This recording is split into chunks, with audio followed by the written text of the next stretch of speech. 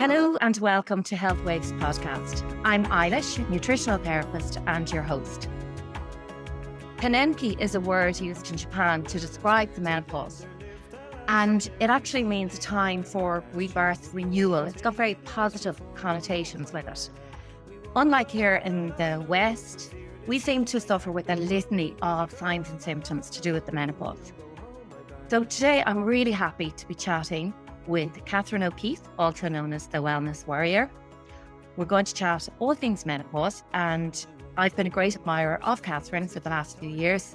She has written a brilliant book here, All You Need to Know About Menopause. She runs an annual Menopause Success Summit, and she has made it her mission to share all her knowledge and really empower women going through the menopause. So you're very welcome, Catherine. Thanks, Eilish. Lovely to be here chatting to you. And I love your intro there because, as you know, I'm a huge, passionate advocate about the empowering, embracing side of menopause. And that's what Kanenki really sums that up in terms of, it's renewal years, it's energy, it's rebirth. And I think in the West, we've probably lost that. And, I think a gentle reframing is a nice positive thing. So thank you for the lovely intro.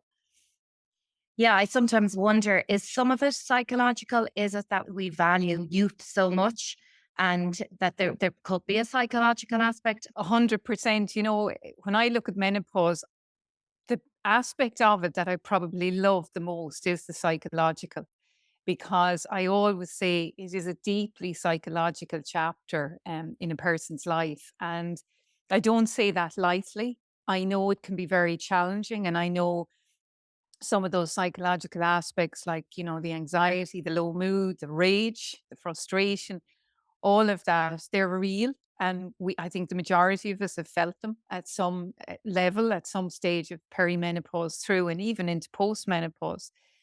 But I think if we can understand what's happening as you go through menopause and understanding that there is a shift.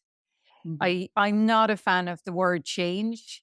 I much more prefer to think of, look, women from the minute we're born, we have a long hormonal journey, and perimenopause through to postmenopause, they're just chapters in that journey. And unfortunately, for many, they can be more challenging than others. But I think one key part of that is understanding that you are evolving. And in a way, menopause is a bit like, it's a kind of let's call it a come to Jesus moment. It's a bit like the mirror is held up in front of you, and it's like, what are you at? What's going on? What have you done with your life? It's a reassessment. And I think for some of us, we can welcome that and we can kind of ride it and we can go with it and we can be willing to look at the awareness. It really depends what's going on in your life. If you've got a lot of other stresses, which many women at this stage tend to have, numerous stresses, caring roles, teenagers, aging parents, work, financial, you name it. But if you can carve out the time that you can actually look at, okay, what about me? Just for a minute here, what am I doing for myself? And where am I at? Like if we look at, and I talk a lot about this in the book, if we look at the middle passage, as James Hollis calls it, a psychologist, in relation to what's happening for women as you go through natural, spontaneous menopause, it is that kind of, who am I? Up to that point, you've probably, like for me, I'm Charlie's mom, I'm Harry's mom, I worked in X, Y, or Z, I'm the wellness warrior, I'm Tom's wife, whatever. But it's coming into who am I, separate to everybody else in my life and to any jobs or roles that you've done. And that actually can be a bit like an earthquake, Eilish. It can be a bit like, oh my God, that's scary, that's frightening initially. But if you can sit with it and if you can kind of, at the same time, you have to manage any pesky symptoms that are happening. But if you can sit with this and kind of take the time, and this is where looking after yourself in menopause is so important, because I can't run around every day and understand what's going on with me if I'm continuously on the go. So I need to be able to have that downtime, whether it's journaling, whether it's, walks, whether it's meditation, whatever it is. But it's crucial in these years because that's where I find, yes, it has a benefit on vasomotor symptoms, hot flushes and night sweats, but it also has a benefit for you in terms of understanding the stage of life that you're at. And I think an important thing is the aging aspects. I mean, there's so many terms used now, like anti-aging skin cream wrecks my head Yeah. because what we're going to get old. The Romans have a great saying, which is, "Don't forget you're mortal." We're all mortal, and part of your whole movement through menopause, post-menopause, there is that again, looking at the inevitability of your life. Life is precious, and I'm such a believer in this that it's if we can again take those moments and kind of stand still and realize that I am alive, I have my health, I have my bodily functions. Life is precious, and it's being in the moment, in the here and in the now is so important. And I think we get lost between social media, images, movies. We get lost in the aging aspect of it. I love the fact that Julia Roberts is Yeah. going with aging. As from what I can see, she hasn't had a lot of work done. I feel like she's a really good advocate for normal aging. Yeah. There's many of them out there, but I think we've got to, we can't at the age of 60 or 70 be trying to be 20. Yes, we can hope our bodies will be healthy and we want to have Yes. movement, we want to be flexible, Hmm. but we can't be expecting our body on many levels. And I say that in terms of how we look. I also say it in terms of how we function, especially when it comes to libido, because I'm having so many conversations at the moment with women who are kind of saying, gosh, I'm not really sexually active. But when you go deeper and you chat about it, they actually are. But they're in ways thinking that they should be maybe as active as they were in their earlier years. And listen, let's be honest, that's not going to be the reality for the majority of people. I think this is something I'm going to do a bit more work on over the coming months because I'm just seeing so many women every day.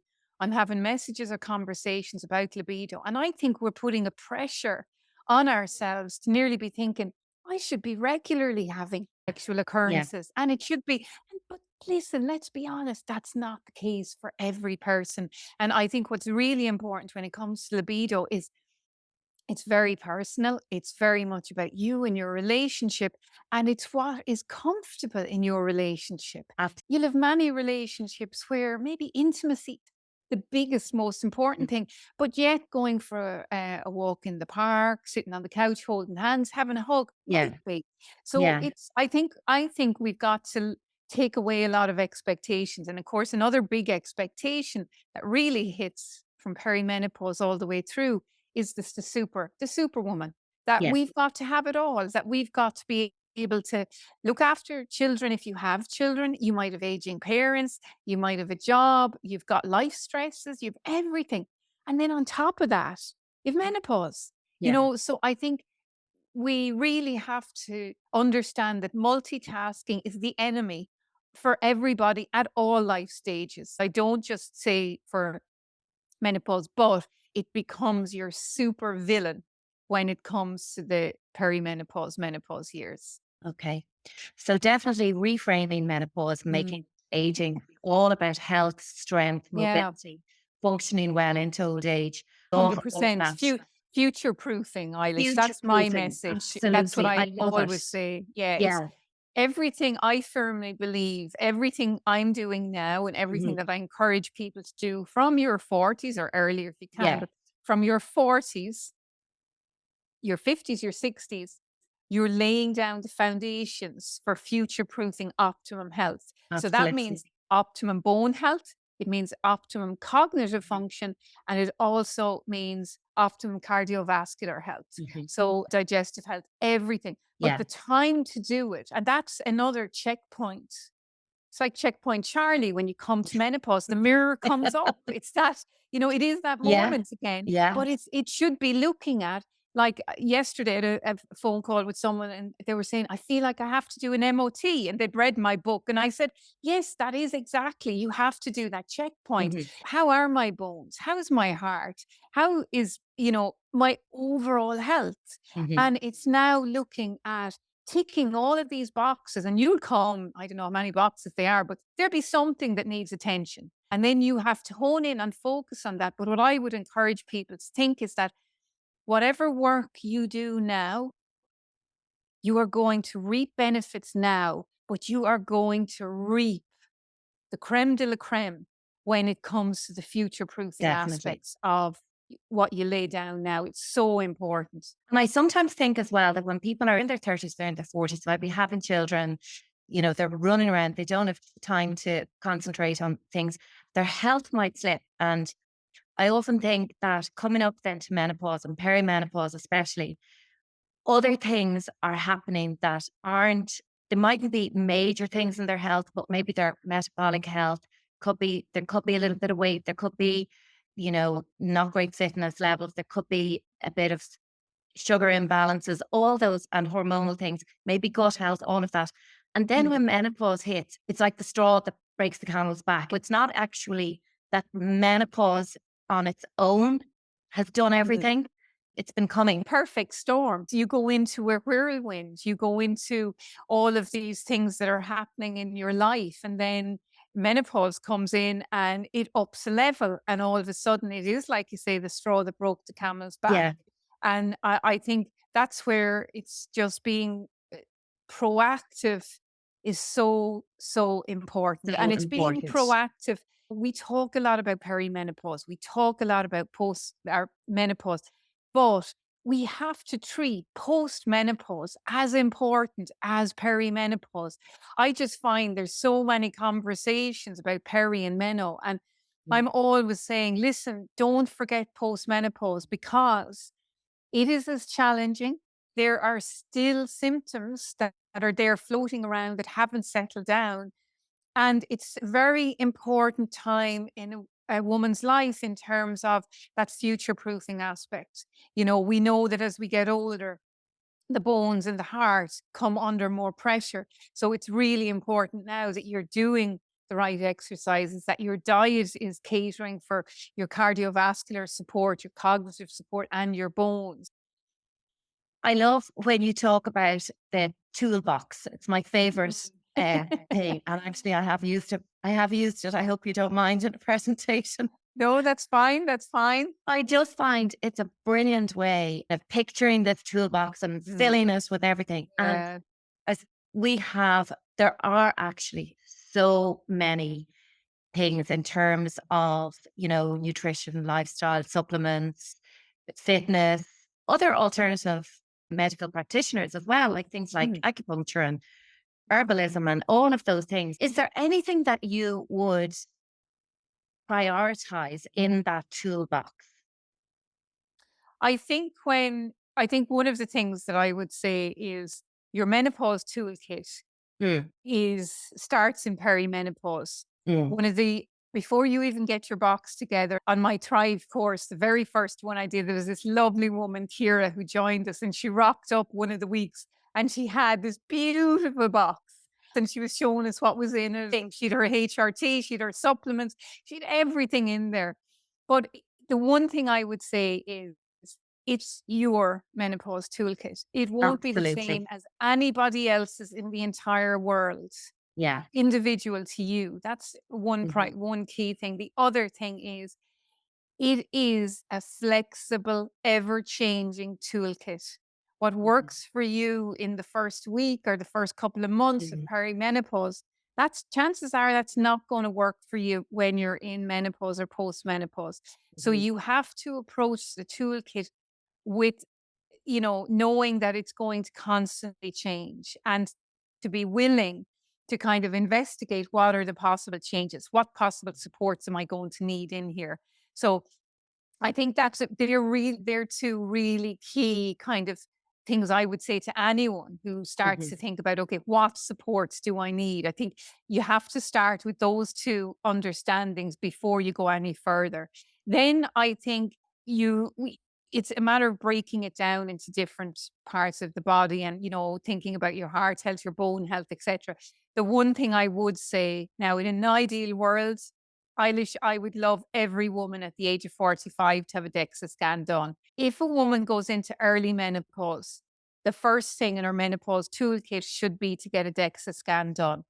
Mhm. If it's natural, spontaneous menopause, at a minimum, every woman at the age of 50 should have a DEXA scan done because you get to know the state of your bones. If you have a DEXA scan done because you've had a fall and you fracture a bone and they find out you've osteoporosis, well, kind of the horse is bolted. Yes, there's a lot you can do, but I'd much prefer to know ahead Yeah. where am I on that scale. So, for example, I had my DEXA scan done. I think I was 51, maybe. Thankfully, I came out very, very good. There was no signs of osteopenia, the precursor to Mhm. osteoporosis.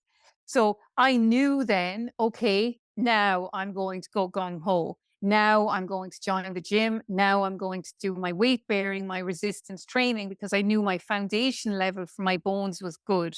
And I think that's really important. The key reason the majority of women end up in nursing homes is because of fractures. It's a hip, it's whatever. So it's really important we look after our bones. So I think a key part of it is that DEXA scan and then your exercise regime, however that looks for you after that.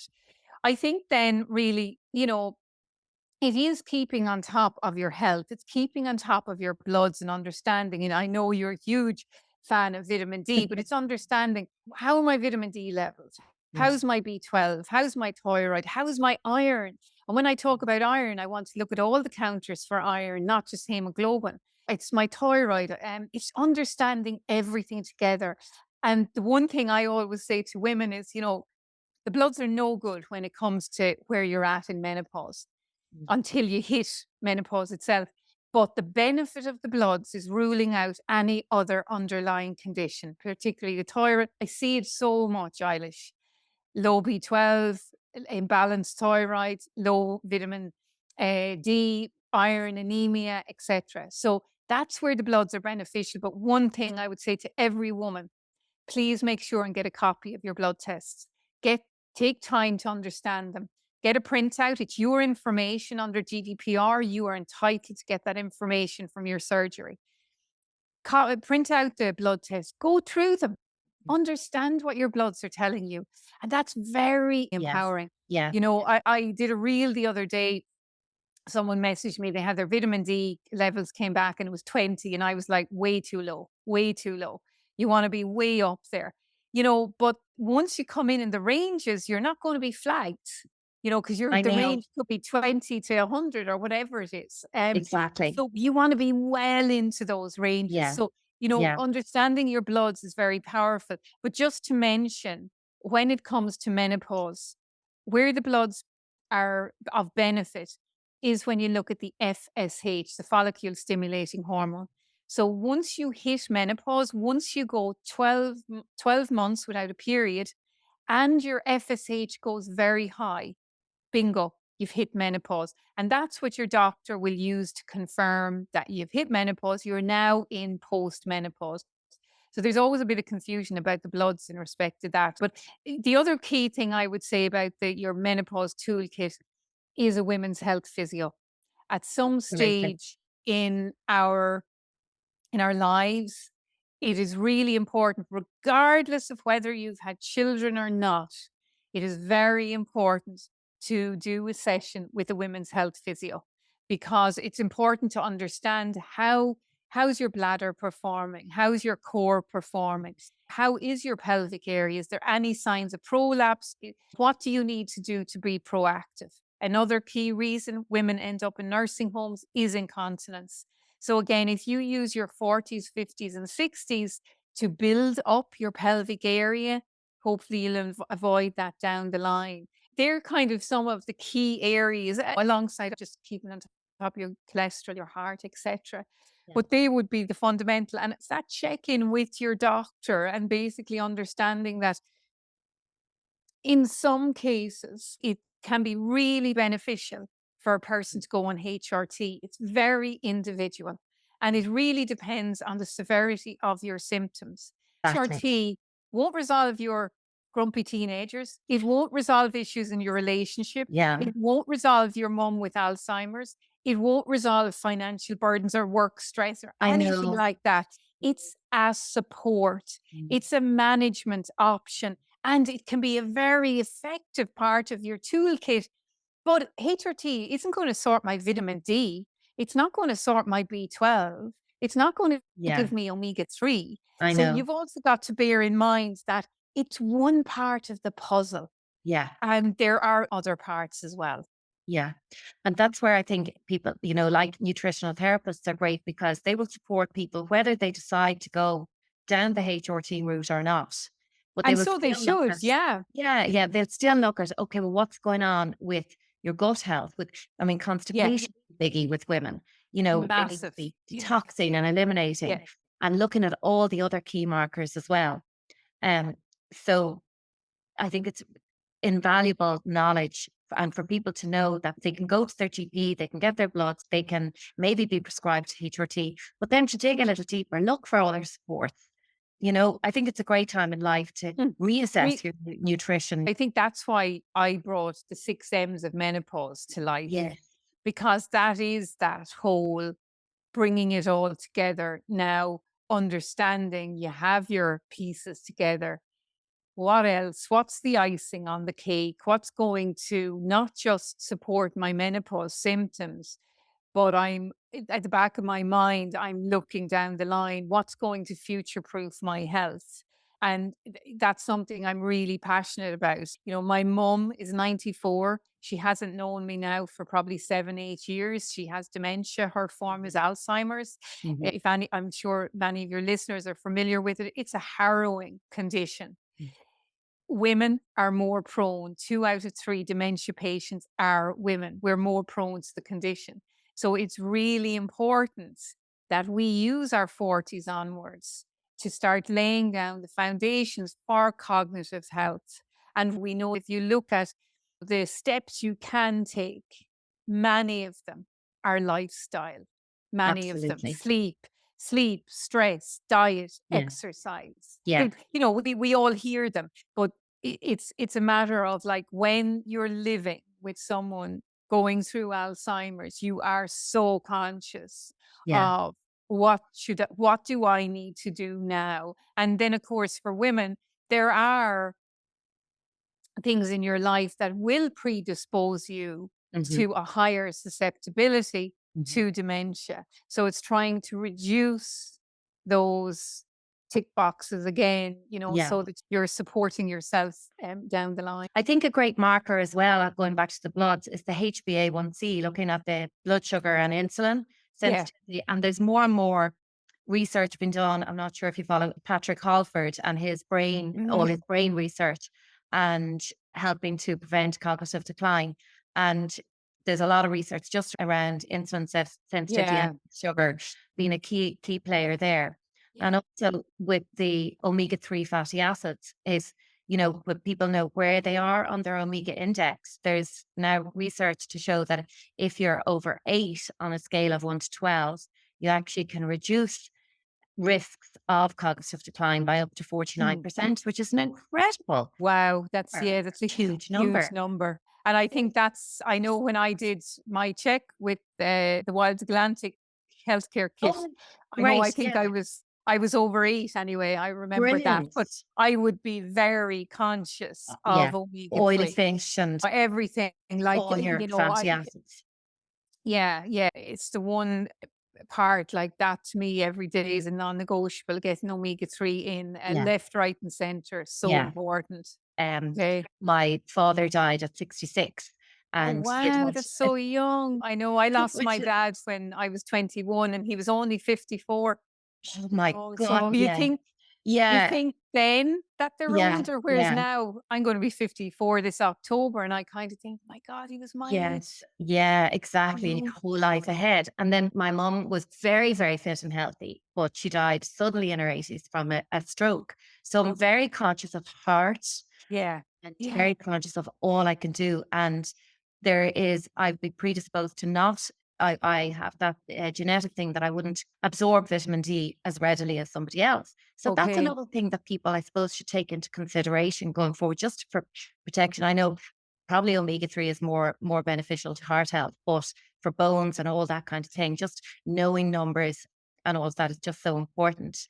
Your body, take charge. And that's why I always say every relationship, any stage in your life, be it your acupuncturist, your reflexologist, your doctor, your Yeah, consultant, your gynecologist, it has to be a supportive, collaborative relationship. It definitely. has to be. My relationship with my GP is amazing. It's so supportive, it's so collaborative. We've Yeah. the best of chats.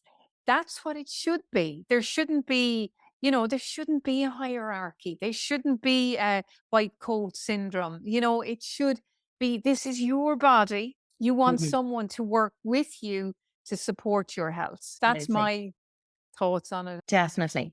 And in terms of they announced then the HRT being possibly Free. made free, I would be slightly skeptical. I suppose my personal point of view is I would rather see money being pumped into proactive, preventative knowledge, empowerment, all of that. It's not your magic bullet. Yeah, I think there's a lot to this one. We really have to understand that HRT is not a magic bullet.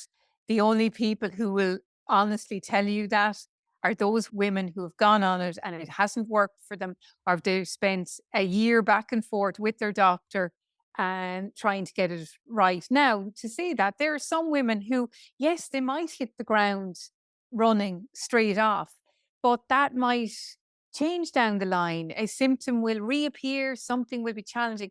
You're never going to survive just on HRT alone.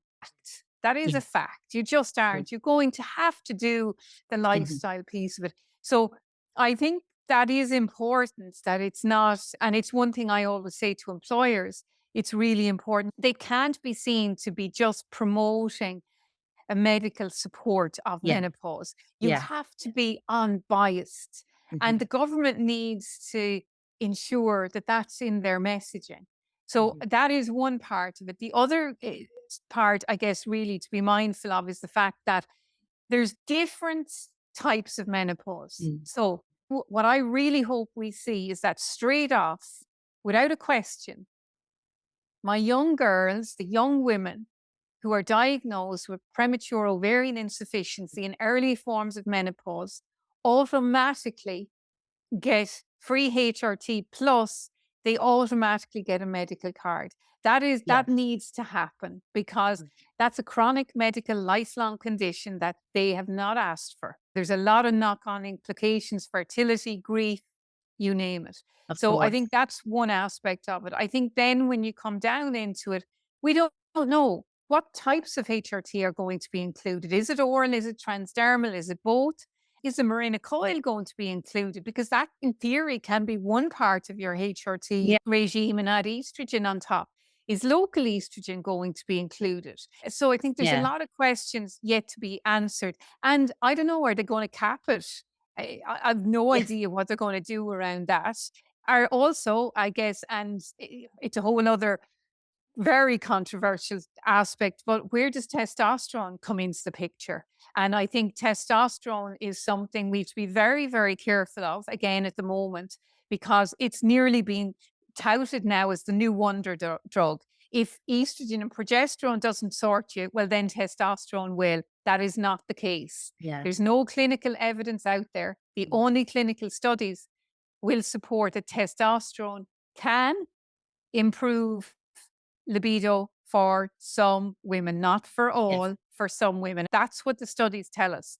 So there's no studies, there's no clinical evidence to say that testosterone will support other symptoms of menopause. Mm. Anecdotally, women might say that, but you have to take into account the placebo effect there. You can't clinically say it will do X, Y, or Z unless it's been a clinical trial and it hasn't been done. Mm. So there's a Yeah, lot has to absolutely. happen around testosterone. And the other thing, and I kind of tied into this, but my lord, estrogen face cream. So if an estrogen face cream comes out, well, I'm sure it will come. There's no clinical trials. Can I use an estrogen cream on my face? Please don't. For anyone who listens to this, please do not do that. There is no studies. There's nothing to tell us the impact of that down the line. Who's to know whether might it impact skin? Might it impact or cause melanomas? Nobody Nobody knows. knows. Hmm. So, Okay. whilst it's been talked about in social media, I'm fearful of because I Yeah. can see a cream will come out, Hmm. but I really hope no estrogen cream for the face will be allowed to be sold unless it's fully medically endorsed with rigorous clinical trials, etc. There's a lot has to happen in that space. It is a welcome move. It is positive that it has happened, and it will support many women who Yeah, struggle financially to support absolutely. Yeah. themselves through Yeah. HRT.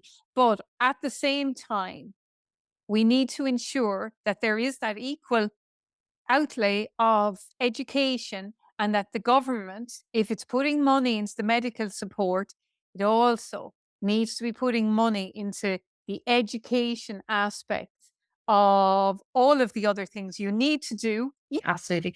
I would absolutely, it'd be my dream if I could choose something in healthcare. It'd be my dream that every person, every woman who goes into their GP about menopause is given all their bloods are taken, all theirs, and then they're sent to somebody like a nutritional therapist or a dietitian or something to Mhm. really Yeah. work to Yeah. support them, that they're not just gone off with their Yeah. prescription. That'd Yeah. be my Yeah. in an ideal world.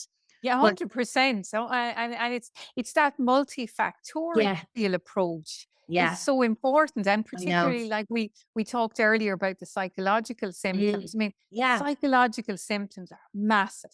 yeah, They outweigh any of the physical symptoms. The yeah, majority of women will say to me they will take a hot slush any day over the anxiety, the rage, the absolutely. frustration, the mood changes that come with menopause. Yeah, So we know that, that might need additional support, yeah, CBT or whatever yeah, it is. So it's a balanced message is very very important. important. So, Catherine, as I said before, I love this book. Recommend Thank to you. all my friends because I think when they start talking to me, I get too sciencey, and I think they just glaze over. Yeah, well, that's the Uh, passion comes through, right? yeah, yeah. But what I love about your book is, and I think it's a real reflection on you. It's really practical and really Yeah. down to earth. You're so relatable. It's very much it is practical, and I think Yeah, it anyone that is. follows me on Yeah, Instagram and is part of my community knows I'm all about practical. That's I just the know. way I am, and I know. I think, I go back to, life is so precious, Eilish. We've Very one precious. life. We've one life, and it's so important that we do everything to live our best life. And Yeah, it's to make sure you have all your ducks in order, that you're not miserable, that yeah, you are functioning for yeah. you, for your family, for your friends, that Mhm. you're enjoying life. Really, really important. And do you want to tell just a little bit about your Menopause Success Summit, which is Oh, coming up in yes. October, I think, is it? The 19th of October, and 19th I October. know we'll see you. You'll be there, You will? flying the flag for menopause. Yeah, it's a fabulous day. This is the fifth one. Oh, So very excited about that. And it's been held in Dublin on the 19th of October, the Menopause Success Summit. You can get tickets on Eventbrite. The day is we theme the day. So last year it was the management options. We talked about the medical options, acupuncture, reflexology, etc. This year, we're looking at the lifestyle aspects of menopause. Now, we will have Dr. Quiva Hartley who's joining us to talk about testosterone. We're going to talk about libido, going to okay. talk about HRT, but we are also focusing on the lifestyle. So We are going to have a session on movement exercise. We're going to have a session on weight management because Brilliant. it's such a big part of menopause. We'll be talking about nutrition. It's just trying to go deeper so that we can support all of the women in the room. And one of the things that I found from when I did the first summit, where we had probably 11, 12 speakers, now it's less speakers, because what that Okay. means is we have throughout the day, we've something like 2 hours slotted in for Q&A throughout the day. So that means whatever question you have in relation to your menopause, you get answered on the day. Either it's answered on the stage, or it's answered by me or anybody else who's floating around the room, or we have breakout rooms where we delve further into specific subjects, and you can decide which breakout room I'm going to and which I'd like to go to. So it's an amazing day. You know yourself, it's a fun day. Yeah. Everyone comes away smiling. We've a beautiful lunch. We've lovely snacks throughout the days. So I'm very conscious, and what I've learned through all the summits is us menopausal women, we get hungry, Yeah. and we like our nice treats. So, we've made sure that there's nice snacks and Mm, an amazing lunch. I've tasted the lunch, I've tweaked the menu, I've personalized the menu myself. And lovely. it's reflective basically of healthy eating, Yeah. phytoestrogens, the omega-3 foods, all that kind of Yeah. stuff is all in Yeah. there. Yeah. But yeah, it is a fabulous, very uplifting day. Can I come on my own? 100%. I would say 50% of the room, if not more, will come on their own, but they'll always leave having met someone new, which I think Yeah. is lovely. Definitely. After being at the Wild Atlantic Health stand last year and just chatting to women, I thoroughly enjoyed the day. You could go with your sister or your friend, or make a day of it, Yeah. empower themselves. It's a lovely day. So maybe you can put a link in your show notes, and people can come and Absolutely. join us. Absolutely. No, I think it's a must for anyone and heading that way. And even if they want to be more proactive, going even before they reach the menopause, age, it's a great, great day. Yeah, brilliant. Well done. And I hope it goes really well for you. We'll have a great day. All your other work, you're bringing it into the workplace. You're really highlighting all that can be done for menopause. So I'm delighted, and it was lovely to chat to you today, Catherine. Thank you so much. Thanks for having me on.